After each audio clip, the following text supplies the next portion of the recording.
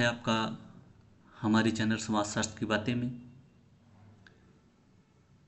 काफ़ी दिन से आपसे चर्चा चल रही थी कि हम समाजशास्त्र के शब्दकोश या विश्वकोश पर एक सीरीज लेकर उपस्थित होंगे।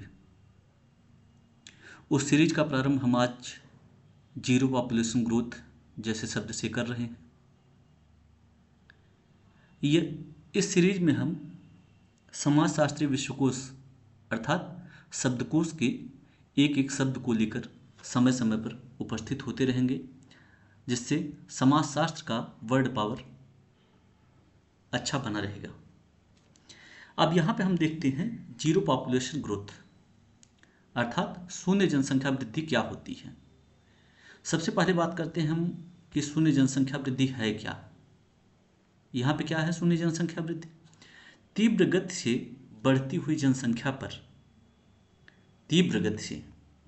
जनसंख्या पर नियंत्रण पाने के लिए जनसंख्याविदों द्वारा प्रस्तुत एक अवधारणा है शून्य जनसंख्या वृद्धि।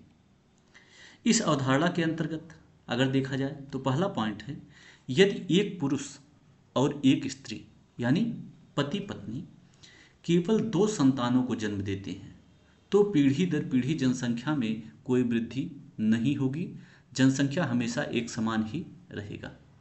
मतलब इस अवधारणा का मानना है कि यदि एक पति पत्नी मिलकर केवल 2 बच्चों को जन्म देते हैं तो क्या होता है, उनके स्थान पर 2 ही का प्रतिस्थापन होता है।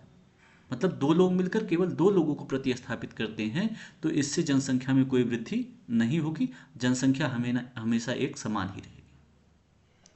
लेकिन अब इसमें यह देखा जाए तो यह भी संभव है कि कुछ व्यक्तियों की शादी नहीं होगी, किसी कारण से हो, जो भी हो कारण, ऐसा भी संभव है। कुछ दंपतियों को संतान ना हो, यह भी संभव है।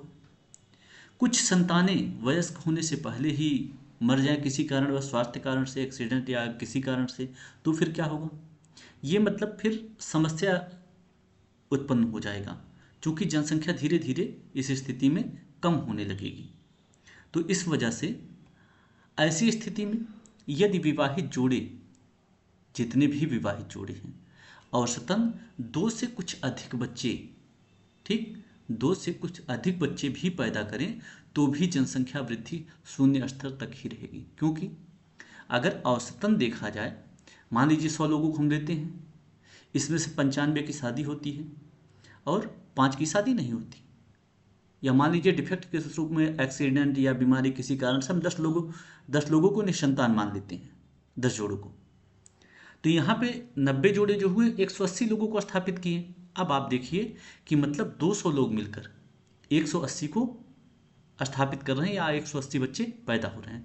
तो यहाँ फिर क्या है, नकारात्मक वृद्धि हो रही जनसंख्या में, जो कि अच्छा नहीं है किसी भी समाज के लिए।